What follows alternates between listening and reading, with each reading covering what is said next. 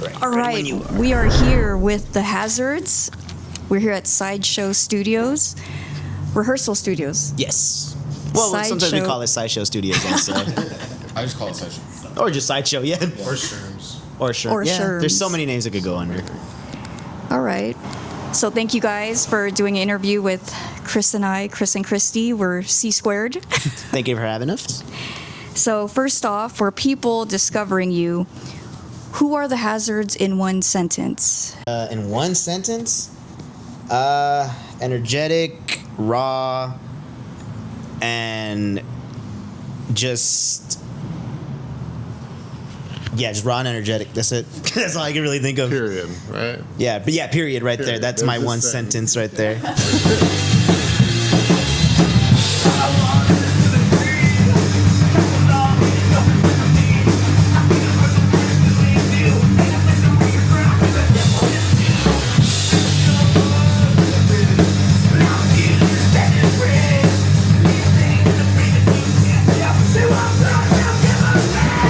Sounds like an enhancement commercial. Raw and unfiltered, energetic. If I had to put it in a sentence, I'd say we're an experience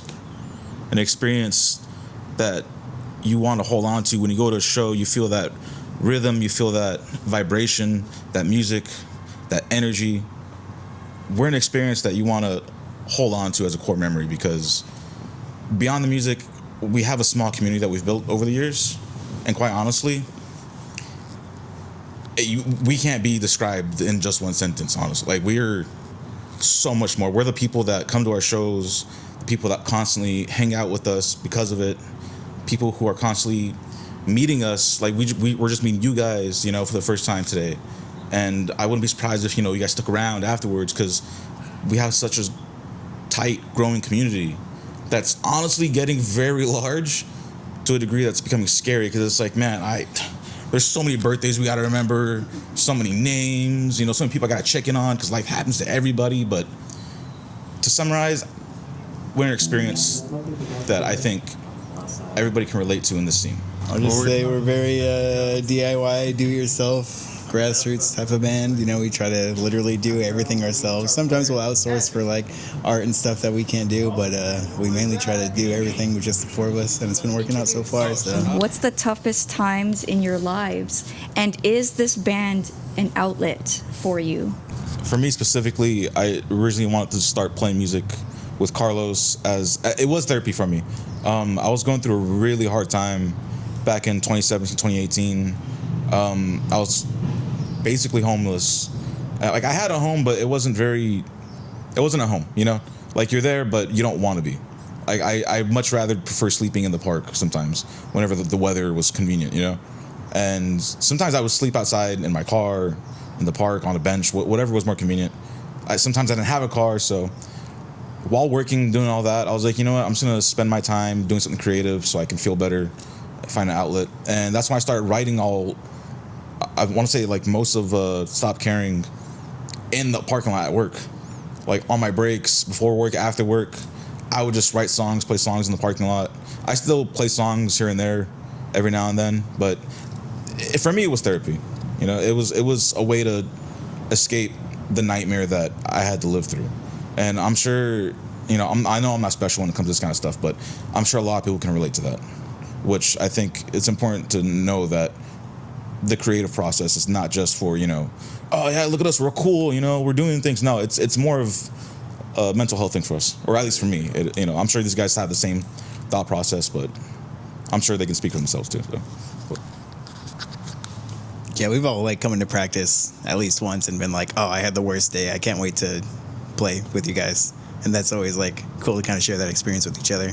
Yeah. We always say that at least a couple times a month, but it's always a good outlet, something to look forward to at least for 3 hours a day or whatever it is, When you go through the mental health situation, like you said, you have to go and you wrote most of your songs and did all your writing and played in the parking lot, and everyone does that and has a bad day and then comes here and then releases it. Is it becoming harder to do that because you feel like you're almost at where you need to be, or you think you have so much more to improve on? You know what I mean? Are you at 50% of what your writing skills are now? or do you need those hard times to keep on going to do it? Yes. Because there it is. That's just, basically it's just that answer, right? Yes. That's I mean, I can say this: you can't have a rainbow without rain. There you go. You know, like Yes. you can't have a diamond form without pressure. You know, like you have to have, you know, the negative with the positive. You're not gonna know when a good time's coming if you don't know what a bad time is. You know, so personally, for me, it's just, I mean, especially in the state of the world right now, man, it's not great. But knowing that I can come to practice and so I can just let everything out with these guys, scream into a mic, you know, get dramatic, fall on the floor, you know, just have that physical release of just like throwing out my emotions into music. It's something else, man. Like it's even if we got to another level, I can almost guarantee you it wouldn't feel diminished. Yeah, because I mean, you could win the lotto tomorrow, but you'd still be like, nah, I gotta go to band practice. You know, and that's your downfall. But then you're like, nah, I gotta do it, right? Because that's my commitment and that's my therapy. It's like they say, like, life is full of surprises, you know? Like, it's never going to just be like a streak of like good luck all the time, you know? You're gonna have those moments where you just get thrown a curveball when you least expected it, you know? Yeah. And, you know, all of us here have had that curveball thrown at us more than once, you know? Man, last week somebody popped my tires. So, you know, it could be as simple, you know, as simple as that, you know, just a pop tire or, you know, that out today. you know, like a flat tire and all that stuff. All right? You know? But yeah, no, like all that stuff, it does like it's still gonna happen, you know? How did the Hazards actually come together? From knowing each other in high school to becoming a band. All right, so I'm going to say something that Jeff's not going to like, and he doesn't like when I bring this up. But somewhere out there's a video of us playing a talent show in high school, of us completely bombing, and I have the video.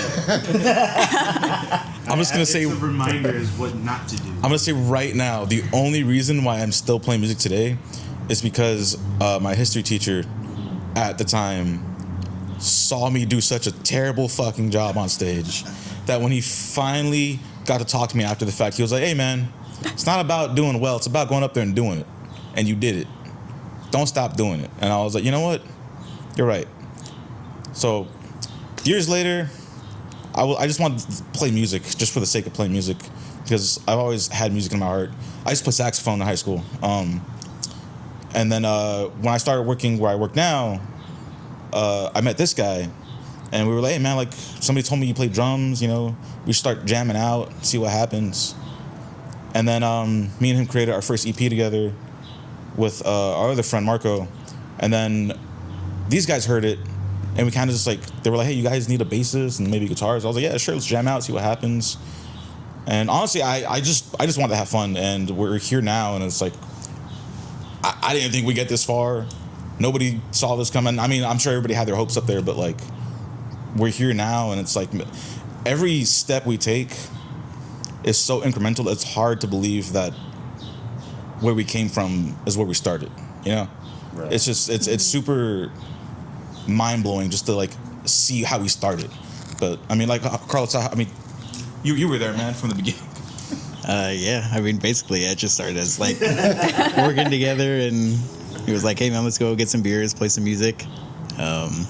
I grew up out in New Mexico playing music, Albuquerque area-ish. And that's why I came out here, was to play music. So once I found James, I was like, yo, let's do this right away. And then, yeah, like he said, he was like, hey, I got some buddies from high school who heard the songs, and I asked them to come jam, and they liked it and all that stuff. And that was like, what, 2020-ish? It's like around COVID, so we had to like, so we like practiced for a while, just jammed covers, and then, like I said, we just, there's in East LA where I used to live, there's this place called The Lot, where I would like hear like punk shows going on from my apartment, and so I told these guys like, hey, let's go show up and ask if we could play, and that's when we got our first show. Yeah, it's crazy, like, because I went to high school with both Jeff and Jack right over here. They were, I want to say, class of 2016? Yeah, right. Yep. And I was class of 2018, so like I was 2 years before they were, there. Yeah, no, it was kind of crazy because like I've been listening to, punk rock and grunge like since like middle school, and then high school found these guys. They played music also. We would occasionally play like one birthday party. And you know that was our first official gig, like our first official paid gig, not as the Hazards, under a different name. What was the name? I don't remember. Bowser and the Jeffs. Bowser and the Jeffs. It was the dumbest name ever. Bowser is also our homie's dog, who was like a little. Was he pug? He was a pug, right? He was a bulldog. Bulldog. He was a bulldog. He wasn't a pug, bro. He was a pretty huge dog, man. But yeah, no, it was just crazy, you know, knowing these guys, and they played music, and then once they graduated, you know, I was just in marching band in high school, and then after high school, me and him would stay in touch, and I'd always talk to him about like, hey, I want to start a band or something like that, and we actually did before with the Hazards, with our other two friends, but you know, it didn't actually like quite lift off the ground. So we were just me and him were just jamming, writing songs, and then we heard the Hazards' "Stop Caring" album, and yeah, we were just like, oh, this is pretty cool, you know. Oh wow, it's Jack's band, you know. That's hey, what's up? And that's his band. Oh, that's pretty cool, you know. And I think he got in talks with him about maybe like getting together and jamming, and then yeah, we jammed for the first time, and I think that's when we all knew it. Like it just kind of clicked, like naturally. Like you know, the we first all, time, right? yeah, like we right then. we liked like the same type of music, especially Carlos, like huge Queens of the Stone Age fan, and I'm a huge Queens of the Stone Age fan. I think you're a bigger fan. No, he's up there. No, he up there too. The Desert Sessions too. Come on now. Come on. You're a nerd about it. Super fan, yeah. Okay, I guess I'll say I'm a super fan. I'm with you. But yeah, you know, we would jam like Queen songs or just jam any other songs like Nirvana or something like that, and we all just got along, you know, music wise, and I think once we started playing more and more, that's when we're like, okay, you know what, why not make this into a 4-piece kind of band? Jack, you came up with the name? Yeah, because Whose dog was named Hazard? Huh? Oh no. Is there a dog in that one or no? Or is it just originally when me and him started playing, I had come up with the name the Losers. Yeah. Right? Yeah. Or Losers. Taken? It's taken, right? Yeah, it is. So you gotta be parked to do So it. then like at some point I was like, oh, we gotta find something else, man. Like what's something that's like, you know, simple but like can like still be like easily remembered, you know? And then we used to practice in his garage at his old apartment. City Terrace. Yeah, and I was driving by and I was like, hey, this street's called Hazard Avenue. That'd be a cool fucking name, especially because we're like right here all the time. We're always playing shows down the street. So I was like, hey, why don't we just call ourselves the Hazards? And then like it just stuck because we were like, all right, fuck it. That's good. Yeah. See? So I mean, for me, the biggest thing is that we write these songs and the people hear them and they're not laughing at us anymore. Which is the big thing. Which is like, oh, there's high school. Well, that was deserved, to be honest. You have to go. I'll say this on record: if we start headlining big shows, I will release that video. That will be the intro video to will- like our headlining show. Yeah. At like at the Whiskey or the Troubadour or something. What did we call ourselves for Have that it playing in the performance? background as you guys are playing. Yes. Well, it was some our horrible walkout. name. Yeah. It's our walkout intro. That'll be the opening act to that show. All right, Inglewood and East LA raised you. How does LA show up in your sound? That's a good question, actually. Carlos answered that. I think we just got a lot of influences from like LA-based local bands, not only like bigger bands that we look up to, but like we didn't really have like a solid idea or sound when we first started. But we started playing in like backyard shows in LA, East LA, and stuff like that. So we really kind of like got our influences from those people, like what they were doing, and saw like, oh man, we could do that this way and change it our own way and stuff like that. I think that's where we got like most of that influence from. Yeah, I think so. We like a lot of the old school classic punk. You know, kind of guys like Descendants or The Huge. the Sorry, The Damned. My bad. about the U. Man, what? But that's My bad. Two different bands. The Damned. Two different bands. The Damned, or like a band like Agent Orange or TSOL, and you know, just old school stuff like that. But we like a lot of modern stuff too. I think between all of us, we all love Rage. Rage Against the Machine. Rage Against the Machine. Yeah, there's a lot of stuff, and I think like especially because like Rage, they're LA based also. Like they definitely play a part in like how we sound, especially when it comes to like the energy. Yeah. All those bands, all those bands give off great energy, especially bands like Descendants or something like that. Really, really great. I mean, all four of us pull from very, very different places. Like me, in terms of bass sound, I try to strive for something more Alice in Chains like style. But playing wise, I'm like closer to, I say maybe like Chris Novoselic from Nirvana.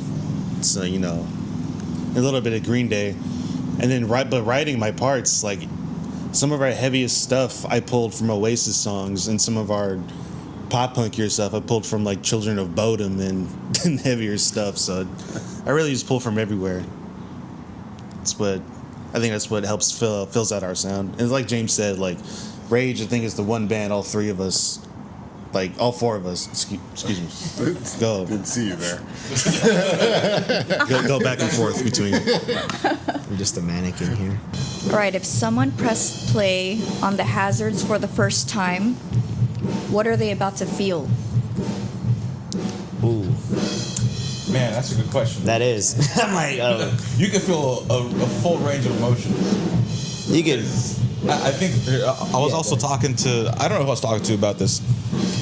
It was like a couple days ago, but somebody was like yeah, like I really like your guys' set because like every time you guys play a live set, it's not just one emotion the whole time. Like you guys will come in heavy and strong and then switch it up. Next thing you know, it slows down. I can feel that raw emotion, that sadness, that heaviness, and then it goes back to just balls to the wall, like super heavy, and it's energetic, and it's like an adventure. Like somebody told me that the other day, and I can't for the life of me remember who told me that.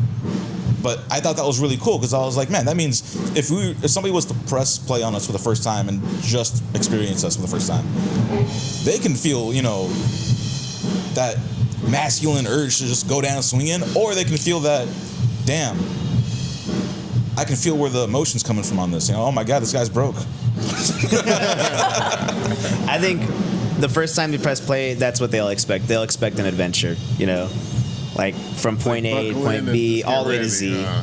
What is that? It's like buckle in and just get ready for the ride. Pretty much, yeah. Because you're taking them on a ride with each song that you guys are doing. Like a ride or like a story, I don't know where we're going, but we're getting there. You're getting there.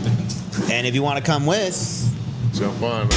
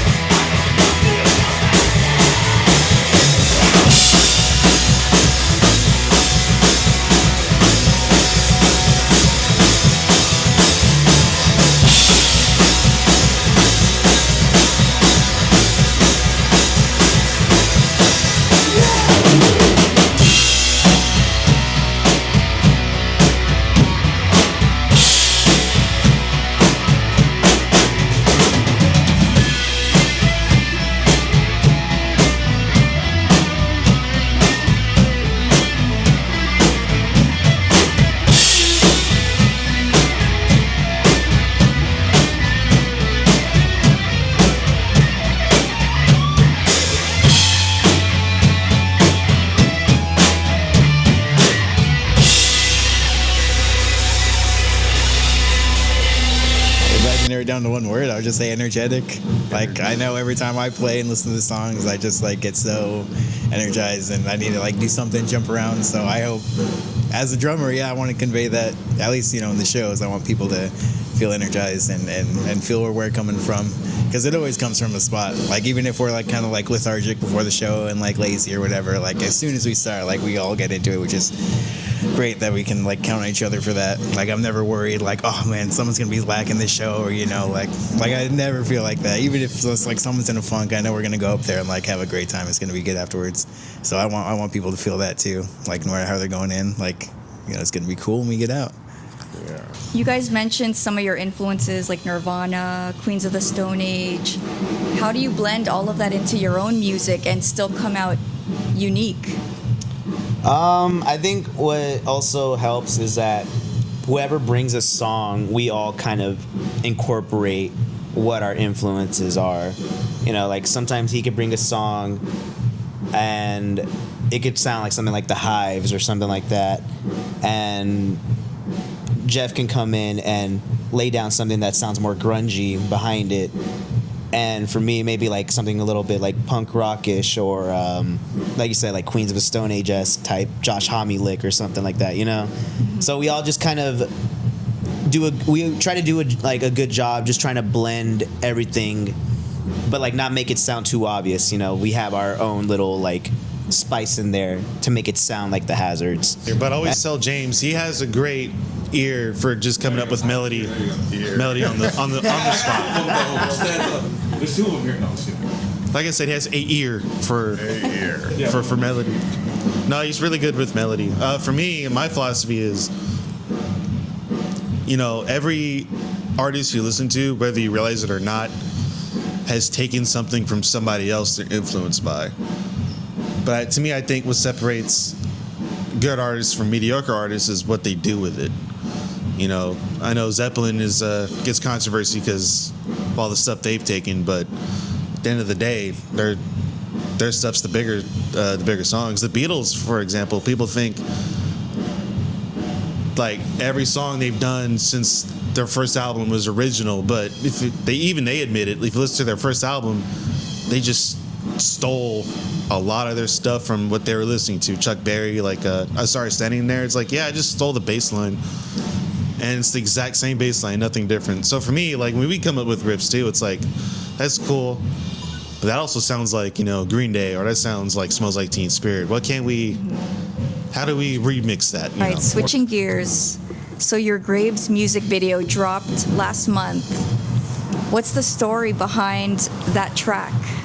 It's been a month. Yeah, it's already been a month. Jesus. Like the song itself, I think we were here at Sideshow and we were just trying to work on some new material, and he kind of came with this idea for a song. Like, hey, like I want to write like a punk, kind of like almost hardcore-ish punk song, but make it dancey. You know, like kind of make it have that groove in there. You know. The idea was horror punk. Oh, horror punk. Yeah, the idea was horror punk. Definitely not what you said. That's fun. So speaking of shows, backyard shows are blowing up again. And why do you think that's happening right now? From what I think is like because of all the stuff you see on like TikTok and Instagram. You know, like sometimes the news sometimes like is starting to cover a little bit more of like what's going on in, you know, the underground scene, the DIY stuff. And I think nowadays, like with everything going on, with all this, you know, shit going on in the country and everything like that, I think it's giving a lot more punk bands exposure because they're just tired of like all this bullshit happening. And, you know, you see punk bands throwing on fundraiser shows, like anti-ice shows, you know, just donating to charities. Mm-hmm. And I think punk bands doing that, you know, is getting more exposure for newer punk bands, you know, up and coming punk bands that are just trying to help, you know. And, you know, that's what punk's always been about, you know, just fuck the government and fuck all this bullshit going on, you know. So yeah, that's why I think like backyard shows are making a resurgence, and also because, you know, they're cheaper and people are angry. People are angry and they're all ages, you know, like. Right. And unfortunately, a lot of venues are closing, which I think is one of the bigger factors. Us personally, we enjoy backyard shows. You know, it's just a way of, you know, finding that audience within the underground. You know, if they can't afford to go to a venue show, or if they're not old enough to go to a venue show, you know, you got your all ages shows, and, you know, they see you at a young age, and you're like, hell yeah, dude, this band's fucking awesome, and that stays with them like for when they grow up and older and stuff like that. I think one of my favorite shows so far, though, was probably Venice Beach. We played a great show. Sun went down. There was people skating and biking in the pit, which was insane to see, but they were doing it, and it was really funny. And then at some point, somebody started operating a crane that was nearby, and I was like, "Oh, we should. I'm gonna start packing my gear. I don't want to be here for what happens next." But it was really funny, man. Like it wasn't even a venue. It was just on the boardwalk, like a good. Yeah, wasn't the guy like, "Hey, I know how to work this thing. Want to hop on?" Yeah, dude just like started like operating it, dude. Man, Like some random dude. It got really crazy out of nowhere, and even the police pulled up, but they didn't pull up to stop us. They were just like, "Hey, just a heads up, guys. Sprinklers come on at like 8. You guys might want to move." And yeah, so. So switching gears to your recording process and your craft. So what does your recording process actually look like? Are you structured or is it chaos? Oh no! In the studio. No, it is.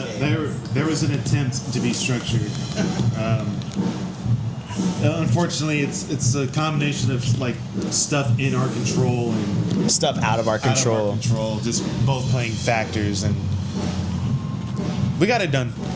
Like, yeah. That's what matters. As long as we get it done, I think our process is very Chaotic. it is very chaotic, but I think in the end of the day, like it's not like to just go in it and just like leave it unfinished. Like no, we're there like hours in the studio trying to make sure that okay, this is the sound we want for this song, or this is the sound we want for this project, So we try to work as much as we can to make sure we're happy with the product not the product, just the music that we make, He's and getting it antsy sounds. over here. He's reaching.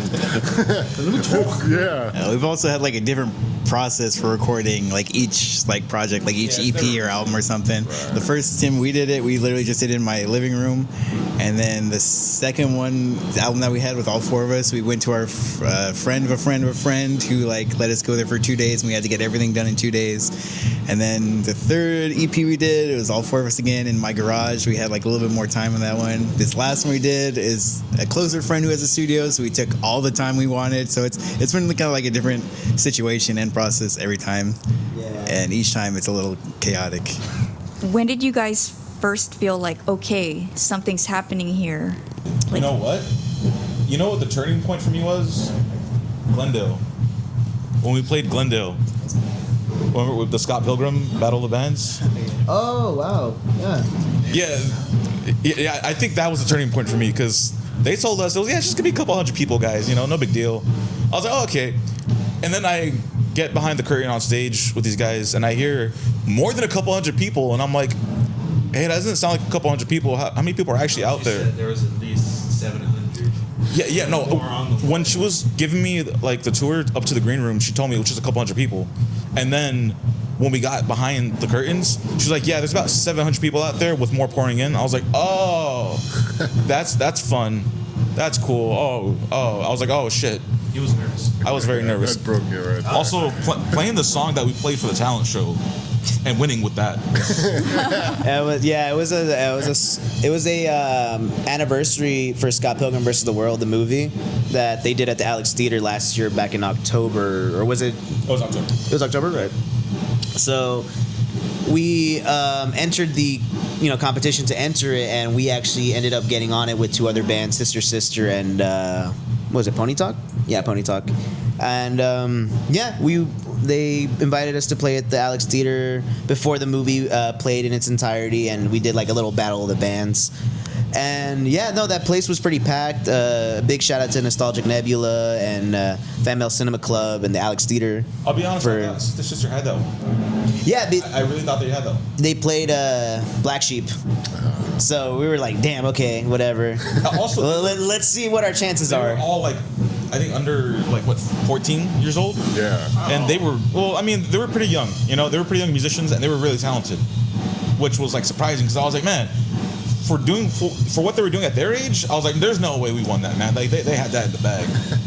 But And then come to find out we won in a landslide. It was like, oh wow. yeah, when they won, it took a minute to register in my It brain. didn't even hit you, We huh? played the cover wrong too. Still, Yup. still messed it up. No, we didn't play it wrong. We added our own spin on it. Oh, jazz. Jazz. There's a little jazz in it. But yeah, no, that show, that was just last year too, and you know, we won the little battle of the bands, and a lot of people really, you know, liked what we did. Even after the screening was done, or after we were done playing there, everyone's like, "Oh my God, you guys were really good! Like, that was really, really cool to see. I love it, you know, da." So.